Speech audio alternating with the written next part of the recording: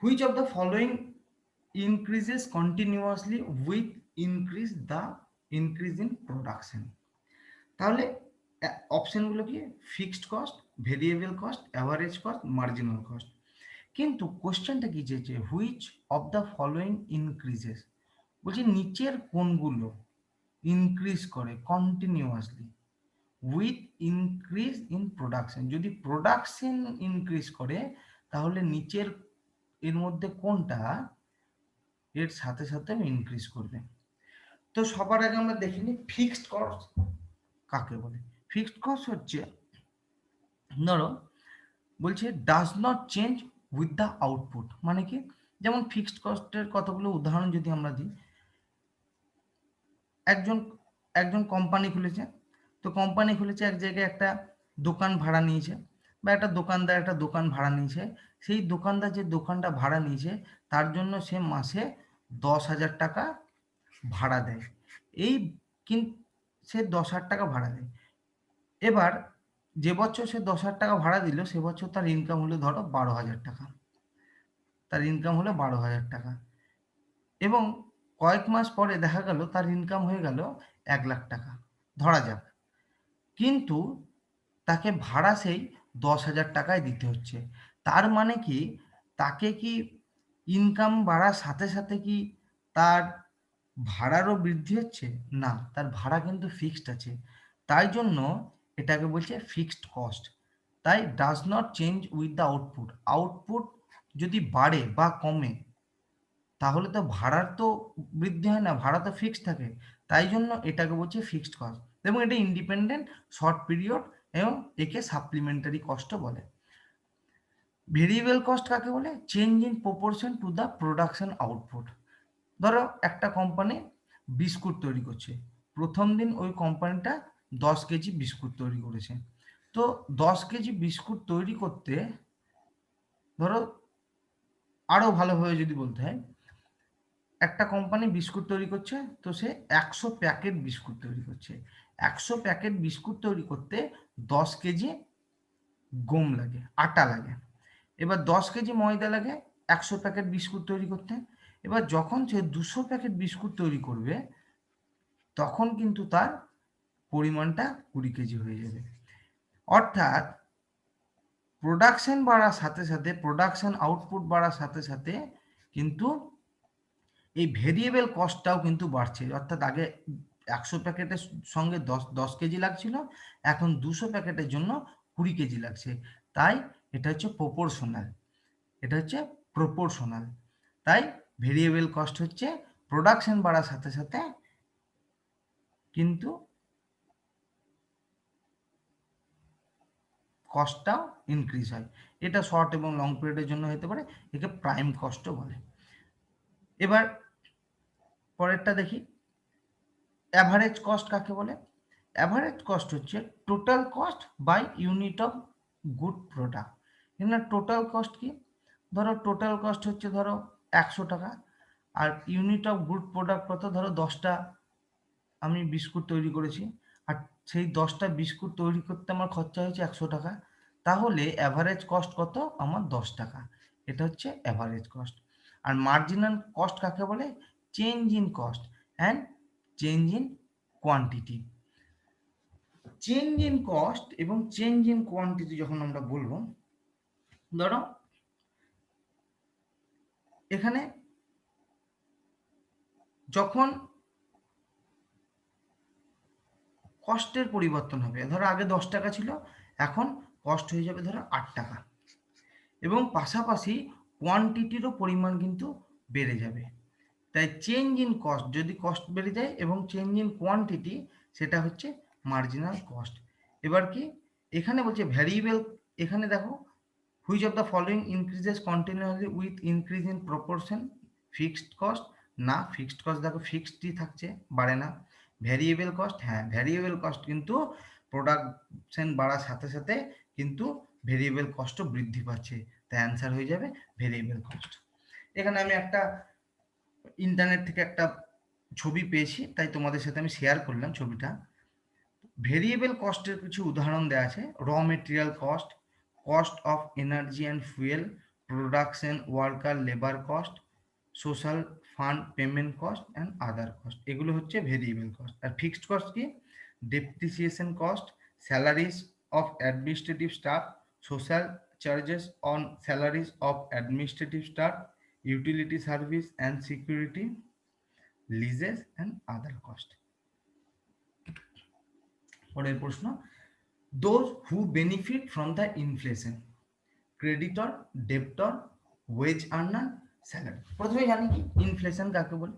যখন আমরা ইনফ্লেশন নিয়ে আলোচনা করব, ইনফ্লেশন মানে কি? মুদ্রাস্ফীতি, বাংলায় বলে মুদ্রাস্ফীতি। মানে একটা দেশের মধ্যে যদি প্রোডাকশনের তুলনায় যদি অর্থের পরিমাণ বেশি থাকে, অর্থাৎ মানি বেশি থাকে মানুষের হাতে, তখন কি হবে? প্রোডাকশন ধরো আমার 10, সেই তুলনায় আমার কাছে মানি আছে ধরো 20, তাহলে মানুষের কাছে যখন বেশি টাকা আসবে এবং প্রোডাকশন কম থাকবে, তখন ডিমান্ডও বেশি বাড়বে, এবং ডিমান্ড বেশি বাড়ার ফলে প্রোডাকশনের দামও বেশি বেড়ে যাবে। এই যে প্রসেস, এটাকে বলছি ইনফ্লেশন। অর্থাৎ মার্কেটে প্রোডাকশনের তুলনায় মানি যদি বেশি থাকে, একে বলছি ইনফ্লেশন। এবার আমি ক্রেডিটর কাকে বলে? ক্রেডিটর হচ্ছে যে লোন দেয়, অর্থাৎ যে অর্থ ধার দেয় তাকে বলছে ক্রেডিটর। আমাদের জেনারেলি কে টাকা দেয়? ব্যাংক। তাই এখানে ব্যাংক হবে ক্রেডিটর।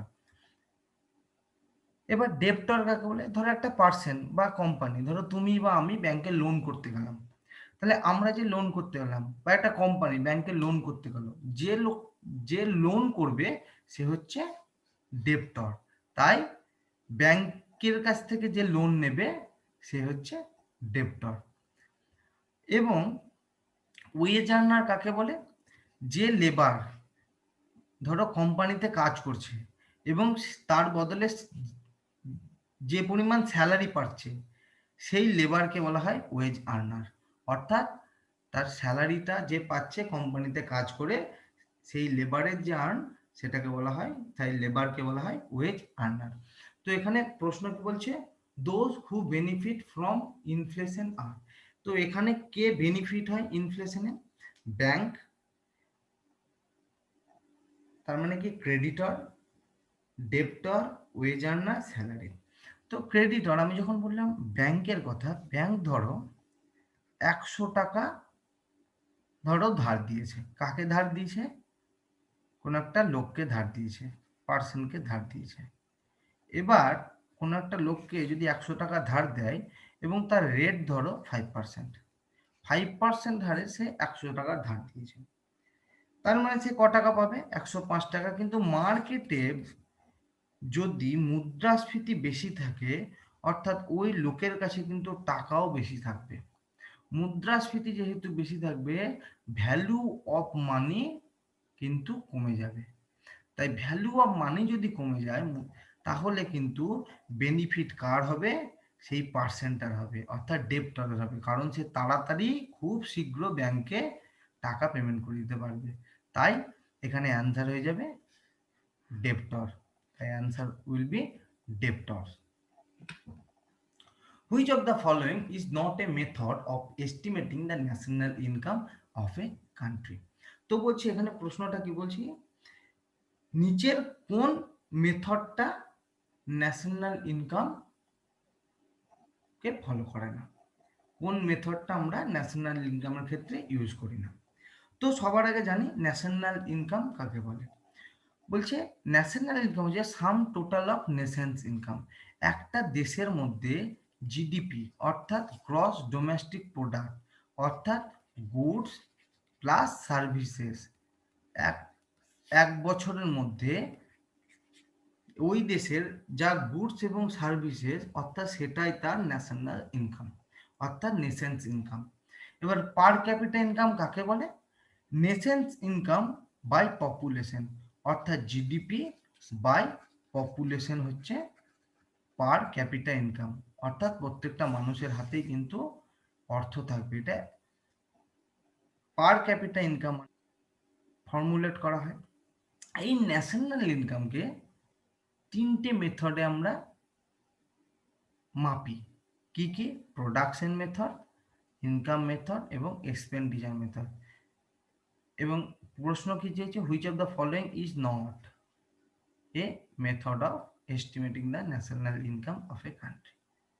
এই ইনকাম ইম্পোর্ট মেথডটা কিন্তু অ্যান্সার হয়ে যাবে, কারণ এটা কিন্তু ন্যাশনাল ইনকাম এস্টিমেট করতে সাহায্য করে, তাই অ্যান্সার হবে answer D. Which of the following estimates the national income of India? তো নিচের কোনটা ইন্ডিয়ান ন্যাশনাল ইনকামকে এস্টিমেট করে, মাপে? তো সবার আগে জানি কি অপশনগুলো কি, Indian standard institution, Indian statistical institution, central statistical organisation, none of the above. তো আগে জানি ইন্ডিয়ান স্ট্যাটিস্টিক্যাল ইনস্টিটিউশন কাকে বলে। ইন্ডিয়ান স্ট্যাটিস্টিক্যাল ইনস্টিটিউট এস্টাবলিশড হয় 1931 সালে। পিসি মহালনোবিস, ইকোনমিতে আমরা তো পড়েইছি, এই পিসি মহালনোবিস 1931 সালে রবীন্দ্রনাথ ঠাকুর এবং ব্রজেন্দ্রনাথ শীল এই দুজনার অনুপ্রেরণায় 1931 সালে ইন্ডিয়ান স্ট্যাটিস্টিক্যাল ইনস্টিটিউট প্রতিষ্ঠা করে। তার হেডকোয়ার্টার কোথা? কলকাতা বরানগর। যখন এই 1931 সালে এটা প্রতিষ্ঠা করে, তখন প্রথম ল্যাবরেটরি স্থাপন করা হয় প্রেসিডেন্সি কলেজে। পরবর্তীকালে আইএসআই অ্যাক্টের মাধ্যমে 1959 সালে ভারতবর্ষ এটা ডিক্লেয়ার করে কি as institution of national importance. এবং কার অ্যাক্টের হাত ধরে? ISI act 1959। তখন এটার হেডকোয়ার্টার হয় কলকাতা বরানগর। এবার আমরা এখানে চলে আসি সিএসও, অর্থাৎ সেন্ট্রাল স্ট্যাটিক্স অফিস। প্রতিষ্ঠা হয় 2 মার্চ 1951 সাল। পরবর্তীকালে 1954 সালে সিএসও অর্থাৎ central static office plus CSI অর্থাৎ সেন্ট্রাল স্ট্যাটিস্টিক্যাল ইনস্টিটিউট, এই দুটোকে মার্চ করা হয়, দিয়ে তৈরি করা হয় সেন্ট্রাল স্ট্যাটিস্টিক্যাল অর্গানাইজেশন। পরবর্তীকালে এই সেন্ট্রাল স্ট্যাটিস্টিক্যাল অর্গানাইজেশন নাম চেঞ্জ করে পুনরায় সেন্ট্রাল স্ট্যাটিস্টিক্যাল অফিস রাখা হয় এবং এর হেডকোয়ার্টার কোথা? কলকাতা। প্রতিষ্ঠা হয় কত সালে? 1951 সালে। এবং এনএসএসও কি? National sample survey office. National sample survey অফিসকে বলা হয় এনএসএসও। এটা প্রতিষ্ঠা হয় 1950 সালে। এর হেডকোয়ার্টার নিউ দিল্লি। এর কাজ কি? ডেটা কালেক্ট করা, ইয়ারলি বা 5 ইয়ারলি। পরবর্তীতে কি হয়? এই সিএসও অর্থাৎ সেন্ট্রাল স্ট্যাটিস্টিক্যাল অফিস এবং এনএসএসও অর্থাৎ ন্যাশনাল স্যাম্পল সার্ভে অফিস, এই দুটোকে মার্চ করা হয়। মার্চ করে এনএসসি অর্থাৎ ন্যাশনাল স্ট্যাটিস্টিক্যাল কমিশন তৈরি করা হয় 2005 সালে। কার আন্ডারে? Ministry of statistics and programme ইমপ্লিমেন্টেশনের আন্ডারে। এবং 2019 সালে মে মাসে পুনরায় কি করা হয়? সিএসও অর্থাৎ central statistical office and national sample survey অফিসকে পুনরায় পরিবর্তন করে এনএসও অর্থাৎ ন্যাশনাল স্ট্যাটিস্টিক্যাল অফিস তৈরি করা হয় 2019 সালের মে মাসে। তাই এখানে কি বলছে? Which of the following estimate the national income of India? এখানে ন্যাশনাল ইনকাম এস্টিমেট করা হচ্ছে central statistical organisation. According to purchasing power parity, India is the 10th largest economy, 5th largest economy, 4th largest economy, 7th largest economy। দেখো এখানে যে অপশনটা দিয়েছে সেটা 2017 সালে, এটা কারেন্ট অ্যাফেয়ার্সের প্রশ্ন। বর্তমানে ইন্ডিয়ার স্ট্যাটাসটা বলবো, তার আগে আমি বলে নিই পারচেজিং পাওয়ার প্যারিটি কি। পারচেজিং পাওয়ার প্যারিটি হচ্ছে the country of one country would have to be converted into that of another country to buy the same amount of goods and services in each country। মানে কি? ধরো আমেরিকার কোনো একটা বস্তু, ধরো একটা গুডস এক্স, একটা গুড, তো এই গুডের আমেরিকায় দাম হচ্ছে 1 টাকা, ভারতে এটার দাম কত? এই গুডসটার, সেম গুডসের দাম কত? 60 টাকা।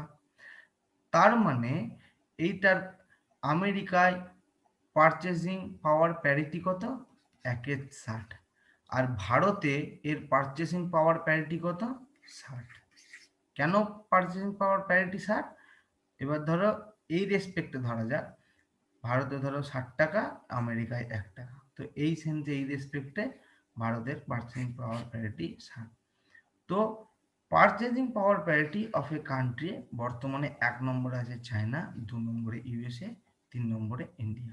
এটা 2020 সার্ভে।